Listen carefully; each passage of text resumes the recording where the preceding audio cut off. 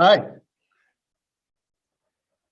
Don't know how many people are coming, but if you're the only one, we're going to have a great session.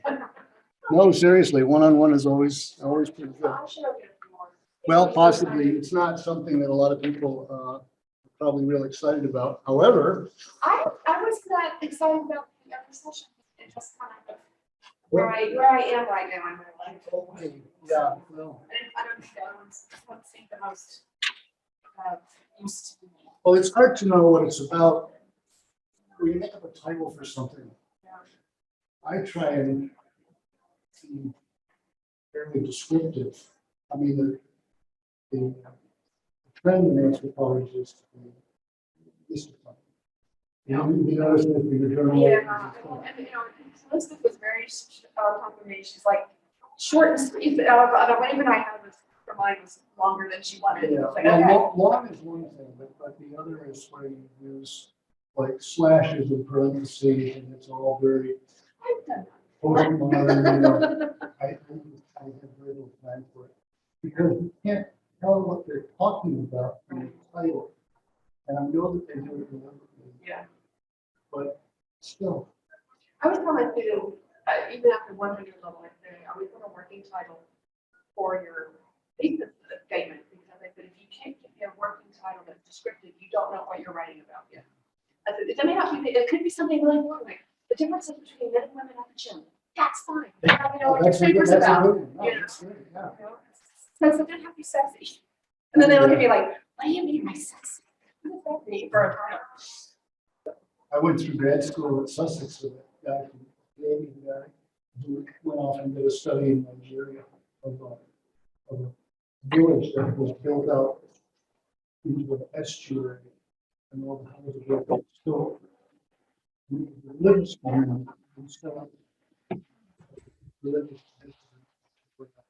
charismatic sect.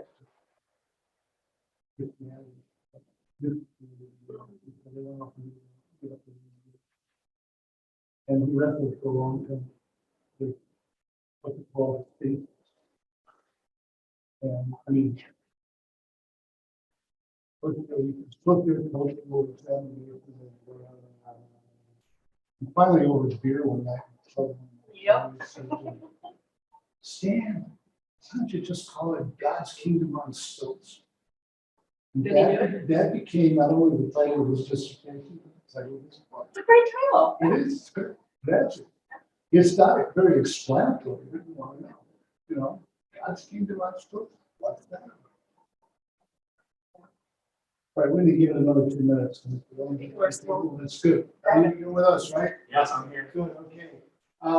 Would it be offensive to ask you to come down closer? I know you chose to come up there, and there may be very good reasons why, but it would be easier for me because tonight was both a figure. I can sort of see you, but you're back.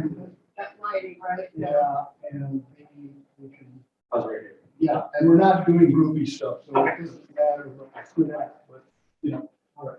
But why don't we get started? If there's only two of you, I knew the enrollment for this was low, and that's fine. I'm just explaining that, and we do not need a large audience. But what I'm about to talk to you about is, I think on one level, intuitively very obvious, but on another level, it has occurred to me that very few of my students, at least, at Purdue, were ever thought to do this. And what I'm talking about is using learning. So this is the PowerPoint that goes out pretty short. And then we're going to do two short exercises that you will have no trouble with. But let's just get into it. Why are we doing this? Here's why. It turns out that a lot of younger practitioners will come and say things like, I had to learn a whole lot of stuff that nobody in anthropology taught me. And I was really freaked out about that. And my response was twofold. I said, well, guess what? You're not alone. Everybody in a job has to learn these things. There's absolutely no course of preparation to give you all of the. But number two, did nobody talk to you about self-directed learning? How you learn stuff. I used to work at the World Bank, and you know, the guys at the World Bank have black on the desk versus good judgment comes from experience, and underneath that experience comes from bad judgment. And that's kind of the way a lot of people learn. They try and then they learn. And I'd like to get over that and get into sort of get into the really helpful thing. Okay, you're going to go way up there. Is that all right? Yeah. So where you want it, but if, Oh, yeah, I'll record. I just have food, so I don't want to be distracting. it's not distracting. Okay. Yeah. I wasn't sure if it was okay if I eat in here or It's not. fine. Don't you don't crunch and you don't throw your wrappers away. Okay. Okay, good. thank you. Yeah. I was like, the break was too short for me to get fully caffeinated and like Easter energies. So the point is, a lot of practitioners say we didn't learn everything that we want. So learning contracts, and the guy that invented these or that made them a household word is Malcolm Knowles, and that's his book. And he wrote several books about this. If you're interested, they're readable, they're easy, they're accessible. I believe he comes out of education, but I fell into this some years ago. Why is this? I think we're being videoed. Okay, good. When I was doing an honors certificate program for students, and it was about making up your own course. And I realized they had no idea how to do this. So I said, okay, we'll do this. Self-designed plans for building capacity in individuals. Learner-centered, learner-defined, learner-controlled. It's hard to get undergraduates to think this way because they always want to know, is it on the test? Is it in the syllabus? Do I have to learn this? It's easier with younger adults because they're out now and they understand they do need to learn something. So I assume there's going to be no problem with motivation here. But it is keyed into your own personal needs, nobody else's, just yours. And it's focused on what you want to learn and how you want to learn it. And it includes outcomes, which you decide, and standards for judgment, which you decide.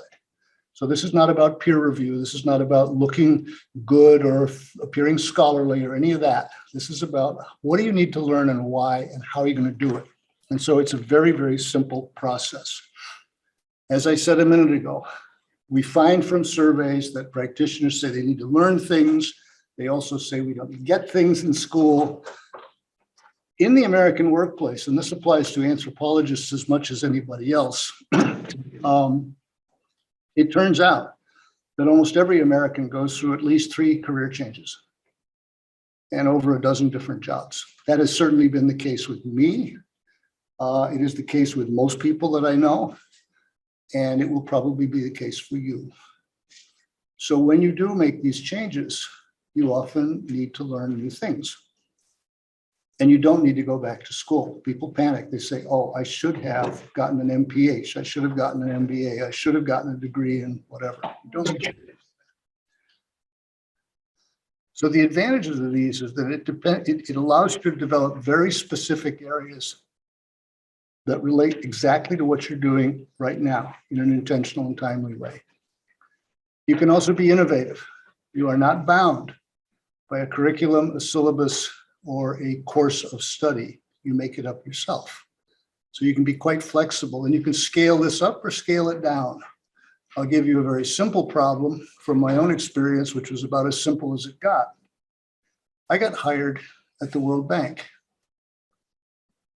And I was delighted because I had no love for the World Bank particularly. On the other hand, I wanted to know, kind of like Gillian Tett was talking about, what people think about in the World Bank. So I was interested in joining. So they brought me in on my first day and they said, here's your office. Here's the stack of policy documents we want you to analyze. Here's Ralph that works over there. Here's Macaron who works over here. And here's your computer. This was in 1988. We had computers, but you know, that was a different computer than the one I had. And I said, oh, yeah, okay, that looks okay. It was a Microsoft XT or something. And they said, yeah, so you know how to use WordPerfect, right? I had about 10 seconds to decide what to say. And I said, sure, I do. I'd never heard of WordPerfect. I was using a K-Pro. You guys don't know what a K-Pro is. You do, okay. And I was using WordStar on the K-Pro. And when they write a history of IT, WordStar will be in there, but it'll be ancient history. It's like hieroglyphics or cuneiform writing or something. I learned on Main Street Writer, so. So anyway, I knew WordStar, and I knew how to use it on a K-Pro. And here I was. So I had 24 hours.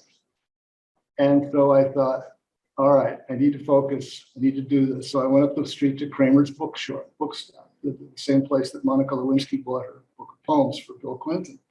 And I went in there and I said to the guy, you need to help me. I said, I need to learn WordPerfect and I need to learn it tonight. I hadn't seen Kramer versus Kramer yet, but it was that kind of a situation where I needed to.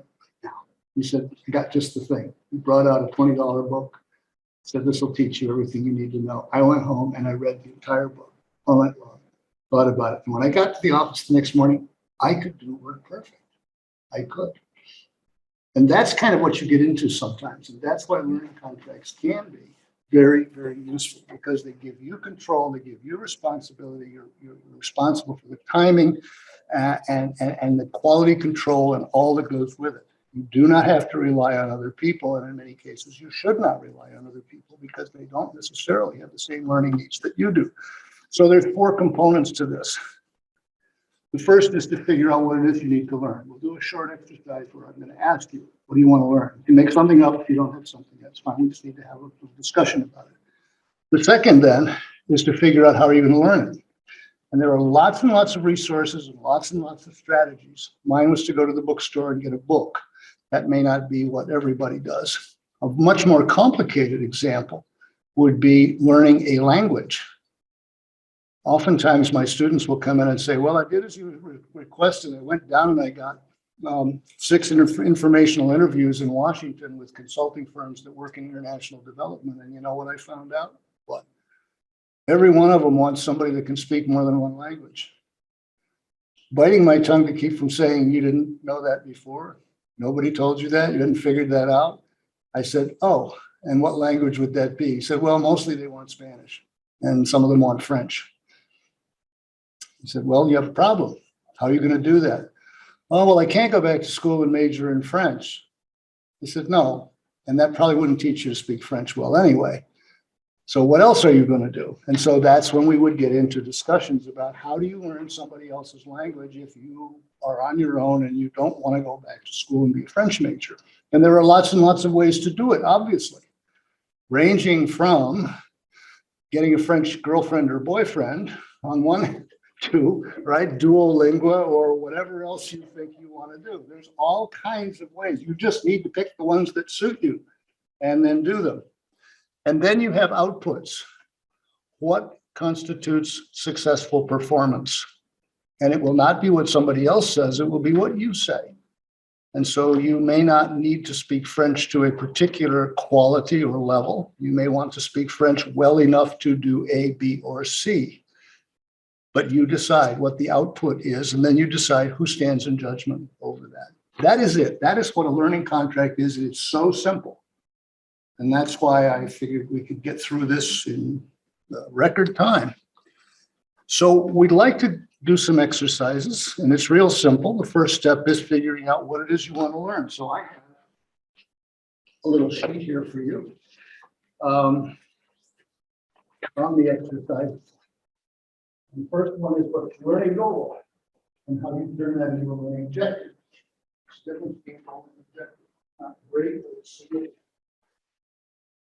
So take a few minutes, just a few minutes, and write down something. And as I said, you can make it up if you're out of ideas. Something you'd like to learn. And when you're finished with that, we'll turn each of those into a learning objective. I'm going to give you just a couple minutes to do that. And then we're going to publish them, as they say, and work with them. And when we're done with that exercise, we'll do the second exercise, which is all about figuring out how to get those things done.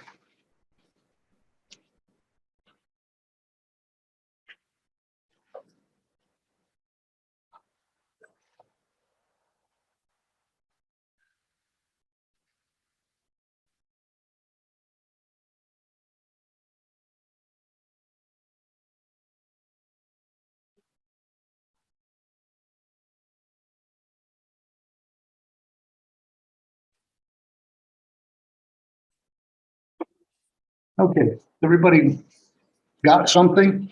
All right, let's start with you. Read your name, Claire. Sorry. Oh, I'm Claire. You're Claire. Yes. All right, so Claire, tell us what's your own goal? Mine is kind of boring, so I already mentioned it, but I want to learn French. Run your French. Yes. All right, Claire, you want to learn French? What's yours? I want to learn how to use Instagram and Twitter. Want to learn how to do Instagram and Twitter? Okay, good. What about you? Mine's very specific to my research. Yep. It's about various forms of what's called cultural violence, Cultural violence. which is all violence. Yep. Okay, good. So those are nice ones. So now we're going to turn each of them into objectives, and it's kind of easy. But the tips that I would go through with you real quick is sometimes there are big issues, and you want to do what most people do with big issues and try and break them into smaller ones. So the objectives are can be quite small. You've got pretty specific ones. Yours, the cultural violence one. Sorry, what's your name? No. And Karen's operation a couple of years ago did nothing for my long-term section. I'm sharp as a tack. Okay. So the cultural violence one probably needs to be made a bit more specific to make it into an objective. And I'd like you to pick things that are easy, fun, short, and insightful, because I think that's the way it is for life. I tell my students, pick a thesis topic that's easy, fun, short, and insightful. Easy because it will get much harder if you get into it. Fun because it won't always be fun. It has to start off that way. Short because it will get much longer. And insightful because it doesn't teach you something. So here we are. All right. So an objective statement is going to be a sentence that starts with the word to and then an action verb. And the anthropologists are terrible with action verbs. They tend to use words on, I'm going to focus on this, I'm going to explore that, I'm going to investigate this. No, those aren't action verbs. They're useful verbs in their own context, but that's not what we're doing. So you're gonna, and that's the hard part of writing objective statements, figuring out what the verb you want to use. And then what, when, where, but not necessarily why or how. You don't care why. That's you. And how is for later. So right now, to be able to do, know, say, understand, those kinds of things. Use an action verb if you can, and try and be as specific as you can about what the objective is. Why? Because it has to be or should be measurable. Be able to measure it in some way or other. Measuring doesn't necessarily mean quantitatively. There's kind of three kinds of measurements. There's quantitative measurement, which is scoring 85% on the test. There's what they call binary event measurement, which is one of my Navy friends explained to me. It's real simple. He said you can either land a plane on the area or exactly you can't. And everybody knows what happens. And then there's qualitative, which is about getting elected prom king or queen. It happens. You can see it, but it's qualitative. Today. Okay? So take another couple of minutes now and see if you can't make those things into objectives. Because if you can do that, then we can work with them. Then we can start brainstorming about all the different ways that you're going to be able to run French, run Instagram and Twitter, and run French.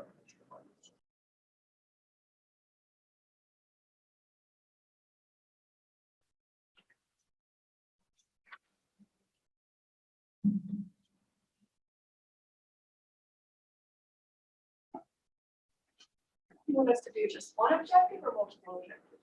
I would prefer it if you just did one, but obviously any one of these things can break itself down. And so we're just doing the exercise. You know, I think you get what's going on here. You can see it. It's not rocket science, Chris.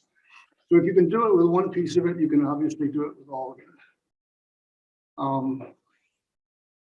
For instance, you know, if let's not to pick on you, Claire, but just to sort of say, if you're going to learn French, well, that could come out in any number of different ways. And so the objective might be to, right? I don't know. Now I could make up stuff.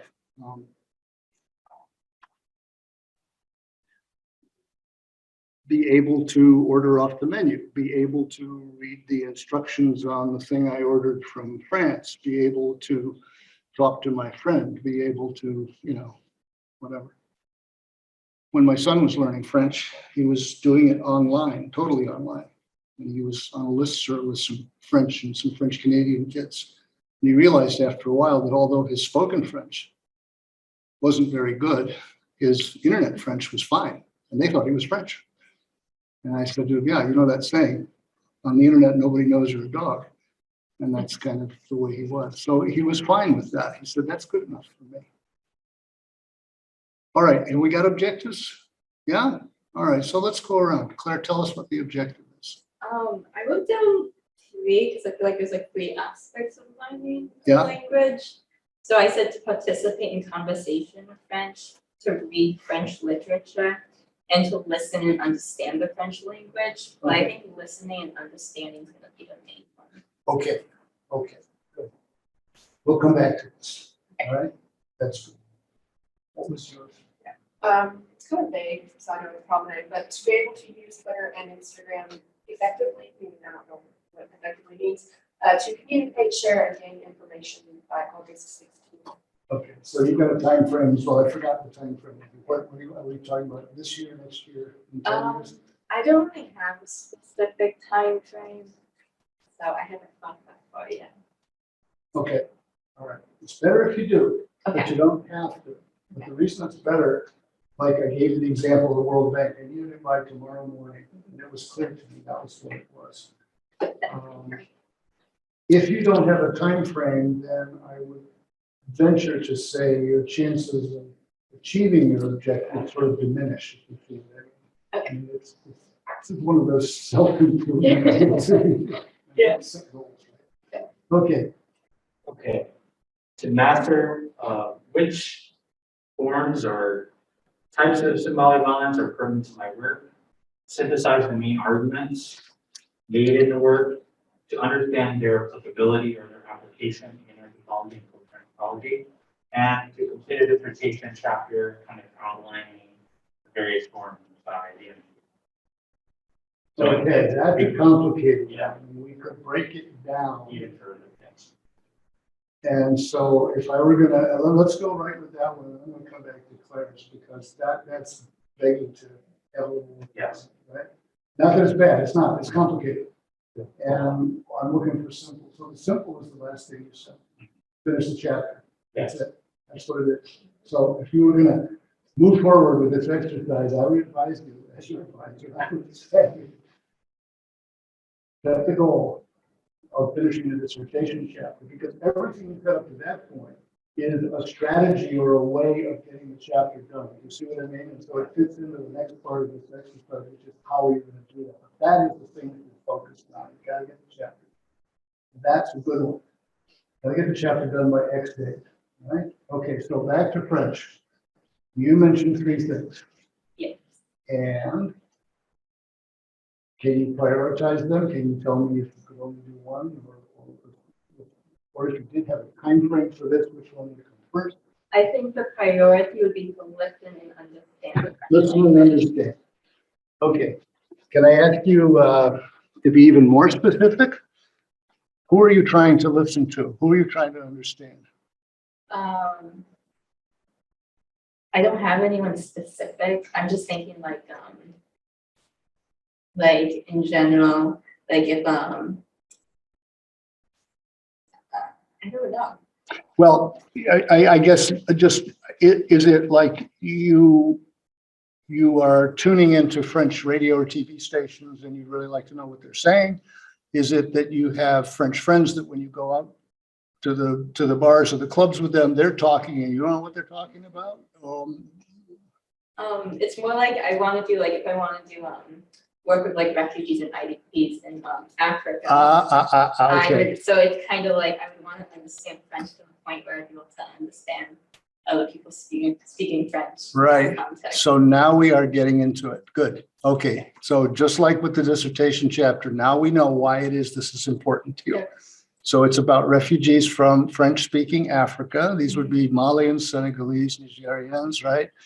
Ivoirians, and they're needing help and you want to be able to help them. Yes. Okay. All right. Very good. So we'll stick with that one. Okay. And you can make that into an objective, I think. You could sort of, you know, I mean, I don't know, you know more about this than I do, but you could sort of say something like to be effective in helping refugees find needed resources. Refugees from Francophone. That's Yeah? amazing, thank you. Okay, on to Twitter and Instagram. It's pretty specific. Why do you want to do this? Let's go to the motivation, you know. It's part of my job responsibilities to manage the social media for the master's program that I'll be heading at. Okay, And I so, don't use those two mediums of social media. yes, right. But now you're going to have to manage it. Yeah. Can I ask you a little bit about what it means to manage something like that? I mean, I know you're going to find out. Well, I mean, to me, it's putting out the content for the program. And then I would imagine also sharing content from other accounts, but putting out content for students and prospective students into the program. I would imagine probably, so communicating the information is like the first objective. Okay, so it's basically crafting messages to put on Twitter and Instagram, which are going to tell students what they need to know, and providing them on Twitter and Instagram links to other pieces of information, like the course catalog or something like that, which would be helpful. Yeah, I didn't think about that because I'm so hard I use these two. Right.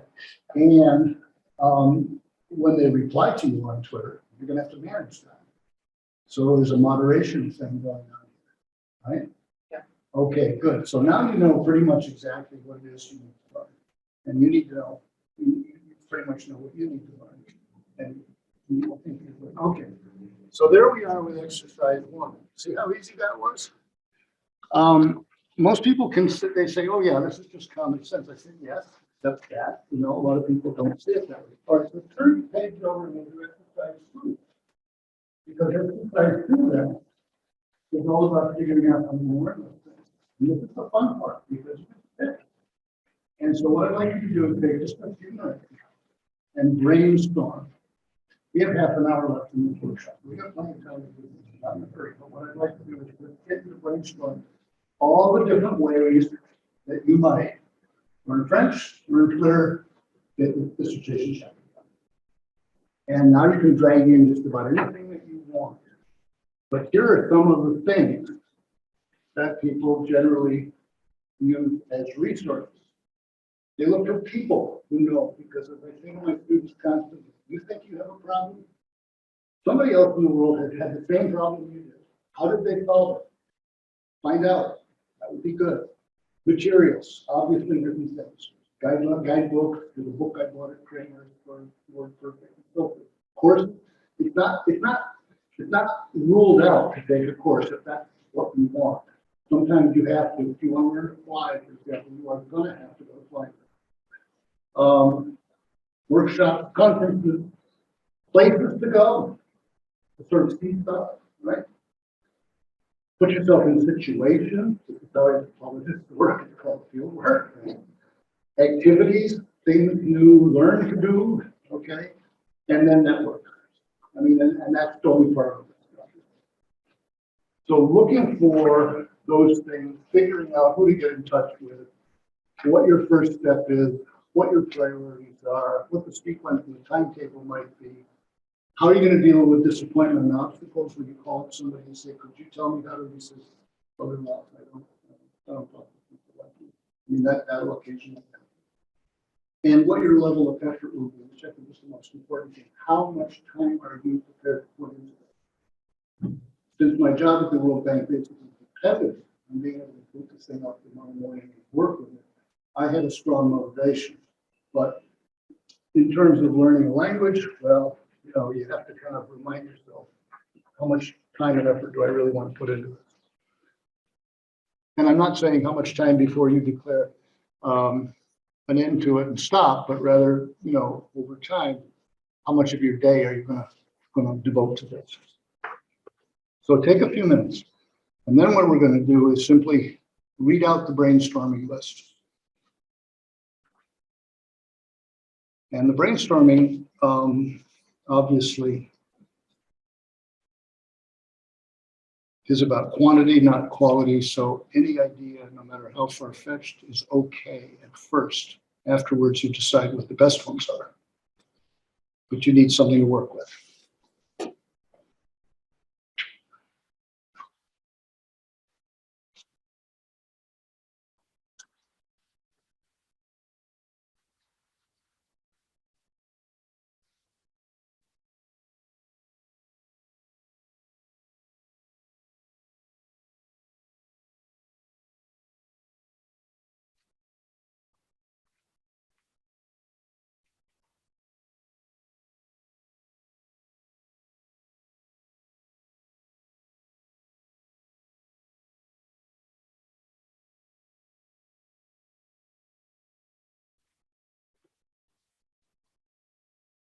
Okay, I need 5 or 6 suggestions from each person, and then we can just start working a little bit with those.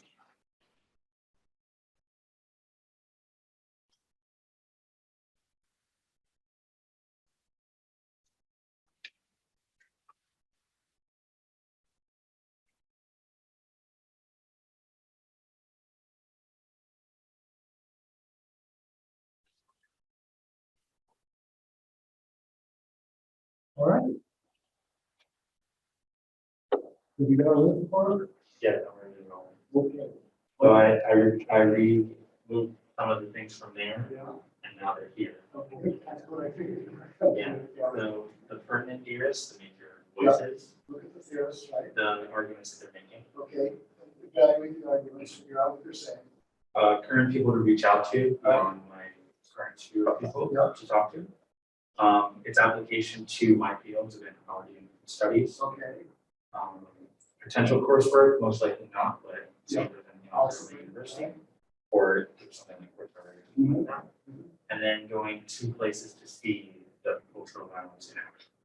Okay, all right. I'll make it count. Sure. Good list. What's missing? Anybody? Anybody? There's moving on. What's missing? Factual writing. Yeah, there you go. Good. That's it. Nothing in there already. Right? You know, and having had a lot of experience writing students on that, here's what I would say to my professor taught me this, it was very good advice, I'll tell you. Make a contents page before you can start writing the dissertation. Yeah. If you don't know what's in the content, how are you going to do it? Yeah. You can tell me. And then if that's right, everything. Even if it's garbage, most throw it away, it doesn't matter. It never existed. If it goes in the way back, it would get it out. And use it. But write every day. Because writing tells you what you think. It's not the way we normally think of writing. We think, oh, you got to get our thoughts in order and then write it all down. No, it doesn't work that way. It's the other way. You write and then you know. So that's all I would say. What about anything? So, What- I don't really have it, and the orders, I mean, refuse to media for personal usage, I do have the accounts, Well, you've got it. I do have accounts, but I don't have them, Alright. they're a hot mess, I don't know what I'm looking at. Yeah. Follow other programs, their academic program, including the program I'm going to be in, that other programs as well, to see what kind of content they put out. Okay. Look up how-to articles, maybe, I don't know if I wanna go as far as a Twitter or Instagram for dummies, because I don't know if I need to go that deep. But those kinds of articles about how to actually be a good user, how to. Including, and then in conjunction with that, or in addition to watching even like YouTube or video tutorials on how to be Okay. a good user. I have a consultant lined up. My sister does small business consulting for social media for small businesses, and so she's promised to. I said I give the family deal, right? So so basically, get some tips and hints. But I feel like that's a little bit farther down. I want to kind of know what I'm doing a little bit, and then go to her and think, okay, now kind of give me the craft of it versus just the how to. Okay. Okay. Yeah. Because as you were talking, I thought I'm not hearing a person to go to. Right. And well, I mean, there are people that, I mean, the people are the users of the accounts I'm following too, but I'm asking for help, but yes, it's going to her, that's the person I go to first, and then Okay, all right, whoever is currently managing that account. Yep. Would be someone I'd like to talk to in the future. all right, good. What can we add to that?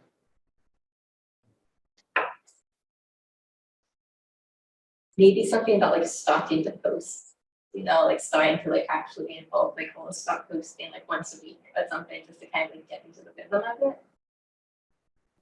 Try it out. You know. Yeah, I kind of use it myself, but yeah, I didn't have anything specific about posting as part of the using. Adopt a pseudonym or something. You know, do it anonymous. Okay, that's, yeah. Anything? I was gonna say, but maybe even before things are posted, showing it to people in their target age group at least. Yeah. That it's understandable and accessible, that sort of thing. So my son is now 42, which amazes me because I still think I was 16, but he's not. But he is an IT whiz, and so when I'm working on stuff, I run it by him and say, "What about this?" And he goes, "Oh no, Dad, I don't want to do that." He says, "What do you want to do instead?" So if you've got people of the target group age, you know, in your orbit, anybody, and I don't mean those students because that's. You mean my niece and nephew. Yeah, right. You shouldn't have been- Or college age, or Your out of college. sister's kids or whoever, you know, yeah, right, good, okay, that's fine. The only other comment I would make is I wouldn't bypass the internet for dummies thing. I would at least get it out of the library, you don't need to invest the money necessarily, and read it. You might be pleasantly surprised in two ways. One is that, yes, I already know most of this stuff, which will make you feel better about yourself. And secondly, you will probably pick up a couple of things where you say, oh, I didn't think of that. I am aware that you can't just take what you're putting on one, I can't just take what I put on Facebook and put it on, but I have to edit things as well. I do know the difference of that. So that I already got that step down. There are different platforms, therefore they have different content. Okay, let's master French. How are we gonna do that? So I wrote down a bunch of random stuff. I said Duolingo, study conjugation vocabulary just through online research, listen to French podcasts, watch French TV, but I don't really watch TV, so I don't know if that will happen. I thought I could make like all of my forms of like social media that aren't important, that I can just waste time on like Instagram. I could somehow like make them translated so they're in French. So when I'm like wasting time on them, I'm like reading French. Read French books, even if they're like very simple, like children's books. Connect with a French speaking person online or in person. Buy books about learning French because then I have like a hard copy, so my brain will like map it out better. Keep a notebook of everything I learn in French and everything I get wrong and like mess up. So I like have to handwrite it, so it goes to my brain better. And then ask people who speak multiple languages for advice and recommendations in learning another language. Nice long list. Good. Thank you. What would you add? Yeah. Listen to French music. Oh, that's I awesome. do, I mean, yeah.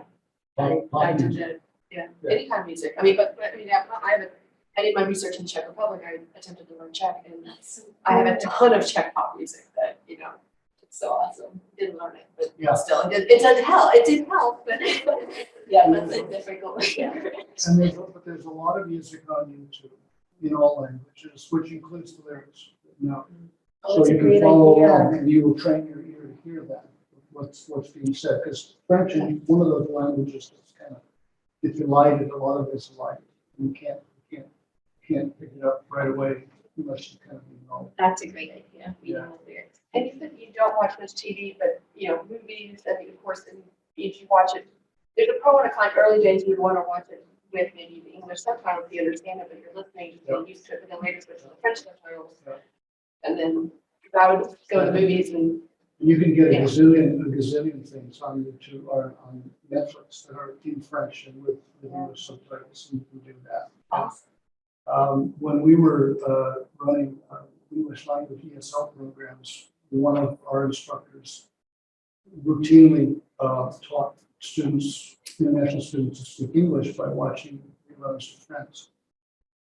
It was very helpful for speaking colloquial French. And if you're trying to learn French from movies, there are some movies you probably ought to stay away from. I'm thinking of that whole Stuyvesant series. Ever seen that? French cops in Paris. And they are the most foul-mouthed cops. You're going to speak French. You're not going to want to open your mouth. But it is useful to learn, to know what those words are. So Oh, when you yes. hear them, you know, because I had teachers who refused to teach us curse words. We're like, but you need to know what people are saying to us. Yeah, Oh, it's I true. agree. Or what's being said, especially if the benefits for women, we're like, we need to know what people are saying. They're That is true. Yeah, yeah. And I think the idea of having a French friend, okay, a trusted informant, you know, that you could go to and who's not going to judge you for making mistakes. I was thinking of like official channels, where you have opportunities to take courses, study abroad, and so like in the university system setting. That's Yeah, it's awesome. looking in that realm. There are French cultural associations in most big cities. The Alliance Française is the one you want to go to.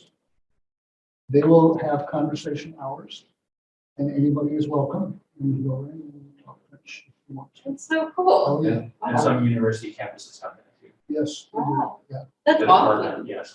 So it's a very safe place, in other words, to just, you know, learn and make mistakes and have people have questions. That's awesome. Thank you. Wow, I'm learning so much right now. Okay, so that's the end of that. Now let's move on because there's one more exercise we want to do here. And that is the one on the outcomes. So now we've got a bunch of things that we have decided will help us learn. So you can frame your outcomes in terms of anything you want, knowledge, skills, attitudes, all three. If there are outside requirements, and none of you have outside requirements, I mean, in your case, you have a thesis which will eventually be judged, but getting the chapter done isn't necessarily an outside thing. That comes a little bit later, so maybe not. But if there are formal requirements, you probably ought to know what they are. I'm thinking of people who want to learn to scuba dive. There's a lot of stuff that goes into it. Some of it's art, some of it's science, but at the end of the day, you either pass your NAUI tests and you get certified as a diver and then you can dive, or you don't and you can't. So it's that simple. You may have personal requirements, goals, standards of your own. So you combine those in a statement covering things like what format does this come out as, how much, how good, and when. I don't think we need to take time right now to do this, but I'm just going to go around and ask each one of you. If I'm the judge, right, and I've successfully gotten you guys through the program here, and I come around and say, okay, stand and deliver. What are you going to give me? So in your case, the challenge is you said you were going to speak French. Did you? How will I know? How can you convince me that you did this?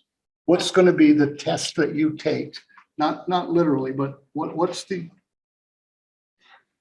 learning outcome? I think I would be able to like listen to someone speaking French and fully understand them Mm-hmm. and be able to, I guess like, you know, be able to say back like what they said in like a different way. So like to show that I actually understand what they're saying and then respond. So I can participate in the conversation. Okay, all right.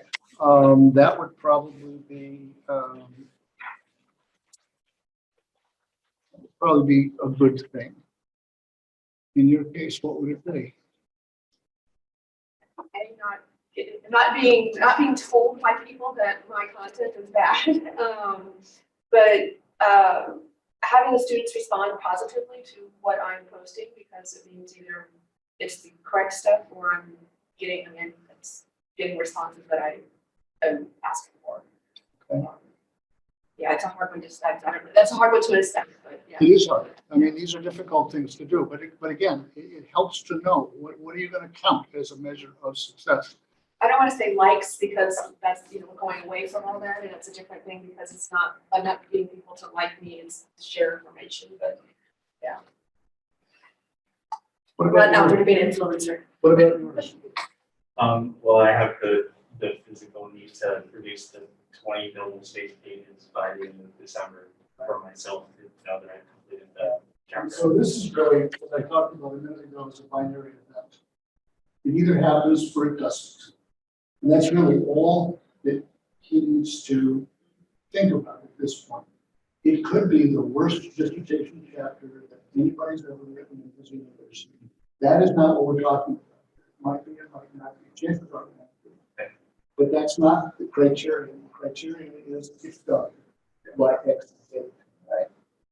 And I would advise you strongly to keep to that because you can always make it better. Yeah. But if you haven't produced it at all, then, you have an element of and so, okay, good. So we got that. And that could be judged by just about anybody. You, your significant other, your advisor, your friend down the street, whoever. Look, I got my dissertation chapter done. Okay, there it is. In your case, it's a little more complicated. Who decides? How do they decide whether it's any good or not? I don't know about your work situation, but you've got an audience of younger students who are going to be pretty relentless in their criticism of the fight. I know, yeah. But you also have people that you work with, and colleagues and so forth, to whom this also matters. So probably, even though this is learner directed and you're in charge and all of this, at the end of the day, you probably have to show. Right? And so think about who would actually this to. Not necessarily to seek their permission or even necessarily their approval, but we do want their opinion, don't you, about it. And we might say, okay, I think a little more of this and a little less of that. Okay, so there's that. And the second thing that I would say is you have to have something to show. And so you might want to think about this comes. A mock-up of your first big posting, you know what I mean, in advance of the spring semester, informing students about the changes to the catalog and the electives and the registration, whatever it is. And do a what do they call it, a beta test with that, and show it to somebody and say, this is what I'm thinking of putting out, what do you think of that? And if everybody in the office goes, yeah, that's pretty good. Then go to the sister's kids and say, what do you think? Part of me is like, there's also this sense of the staff is like, we kind of do this, why are you asking us to look at it? So there's a little bit of fear too on the new job and doing that. Of course, yeah, well, you don't need to go to, Yeah. coerce, but trusted colleagues, whoever they may be, they may not even be in the same department. What about the French? How are we gonna judge this? Who's judging?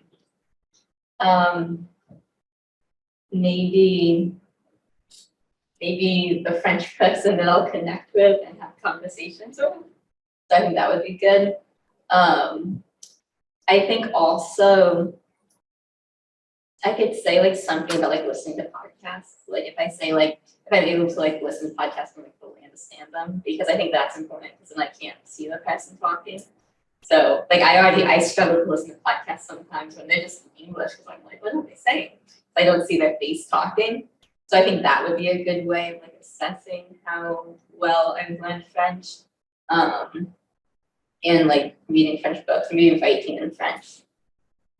So here's and I'm gonna go a little bit off topic, there's wrong stuff here, and there's not much more to say unless you guys want to say, but I'm interested in language. I learned French by myself out in West Africa. I woke up in the morning and realized, dang, I'm out of cigarettes. Or when I don't have any toilet paper either. And I would walk into town. I was living in the middle of nowhere, West Africa. And I would have to be able to say in French when I got to the little store, I need this and I need that. And I was carrying around a pocket dictionary and making it up as I went along, and that's how I learned. Then eventually I found a couple of friendly Senegalese army sergeants who lived in the military camps in the little town where I was stationed. And the only place you could drink beer was at the military canteen. So I hung out with them in the evening and I learned the rest of my French. And that went in a bad direction, not a bad direction, but I mean, I learned French and military slang. And then a few months later, when I was up in the capital city, trying to romance one of the French college students that had come home on vacation, I started chatting to her and I could see her drawing away. And I said, what? And she said, I don't know what to do with that. Because I was saying stuff that, I mean, and I knew what I was saying, but I mean, I thought, oh, that's not what people say. No, it's not. And I won't use it because we all use it. They in Jesuit University. Here's the thing, what I was getting at was your situation is really performance based. It's kind of like doing the dissertation chapter. It happens if it doesn't. So if your goal is to be able to help refugees find resources they need by talking to them, then that's your performance criteria. You don't have to find a bunch of refugees, but find people, right, with whom you talk. And everybody knows at the end of that conversation if you did that successfully. And what that involves is that you don't initiate the conversation, they do, because that's what's going to happen to you in that room. The refugees are going to come in, and you're going to introduce yourself, but at that point, you lose control of whatever you're going to say, and you don't know what they're going to say, but you understand enough of it to be able to respond. And I would suggest, in my experience, that language and 2 or 3 others the same way. Because the way you want to do that is by drawing up dialogues. Sit down and if you need to, go to a refugee NGO and hang around for a day or so and sit next to somebody and watch the kinds of questions that they ask the refugees and build a dialogue in French around it and over it. And it's like memorizing a play. And the argument is, well, if that's all the French you can speak, then how are you? Well, fair enough, but it's a start. You learn to introduce yourself, you learn to ask somebody their name, where they're from, right? And then the question in French is what do you mean? And they might say anything, and you may have to then go to the dictionary, but you will be on your way to performing in that environment. That's awesome, thank you. Yeah, because most of our education is very abstract and theoretical. And the one thing that practitioners keep telling us is we don't know how to apply this stuff. So this is like applied linguistics. This is, and if you're interested in books about unwritten languages, which is not French, but you're learning it in that sort of way. Robin's Burrow was a famous older, my generation anthropological linguist, wrote a book called How to Learn Unwritten Language. 2009. Robin's Burrow, B-U-R-L-I-N-G. Best book I've ever read. And he says, forget about grammar, forget about syntax, learn vocabulary, because without vocabulary, you have nothing to say. Right? Thank you. And unfortunately, with French, you're up against the cultural thing. The French don't like people who don't speak their language well. But dealing with African refugees, they're probably a lot less concerned with that than people think that's. Okay, we're almost done. So that is pretty much what I wanted to tell you today. And I hope it's been at least marginally useful. This is such a simple technique. Go at it with people in 20 minutes. We did it a little bit longer because I wanted to sort of chat about it with you. But it was extraordinarily useful for you. And I think you'll see it is common sense. As long as it's not also a very common sense guy. But I've used it very, very successfully with undergraduates and graduates. And it has helped them to think through things. They say, oh, I'm overwhelmed at work. And you say, well, let's break it down. What is it that's overwhelming? It turns out to be something quite specific. Oh, how are you going to do that? And once you get the hang of it, it's like riding a bicycle, you can take it where you want. So with that in mind. Well, I think the strength of this is also that I'm working with students at Barfield. I study fields when you get these questions and be like, listen, what are your goals? Be happy. Yeah. Well, what does that mean? Yeah. How do you improve? So what is the object, and so those measurables and so forth. And that's what, it's, like I said, that's why I'm struggling with mine. Like, I don't know how to tell if I'm effective. But There are variables that I've worked with before. I did still a lot of strategic planning, I was never a management consultant, but but I used to do a lot of that training inside of the departments. And so one of the other techniques, similar to this, is using a concept map, where somebody says, I want to be happy, and you say, well, break it down, what does that mean? And how do we know when we get there? So they say, we want the department, we all want the department to run that. And you go, okay, fine, so now, let's take that, and what does that mean? And it turns out it means a bunch of very specific things to people, and they'll know it when they see it. And you work them through that, and they kind of go, oh, yeah, okay, good. Nobody says thank you at the end, because they kind of think, oh, that was just common sense. Yeah, I accept that, you know. It's like wearing a dress designed by Da Vinci. You could probably design the dress yourself, and, you know, yeah. Yeah. All right, thank you so much for your time. Thank you. We're gonna go and have a little plenary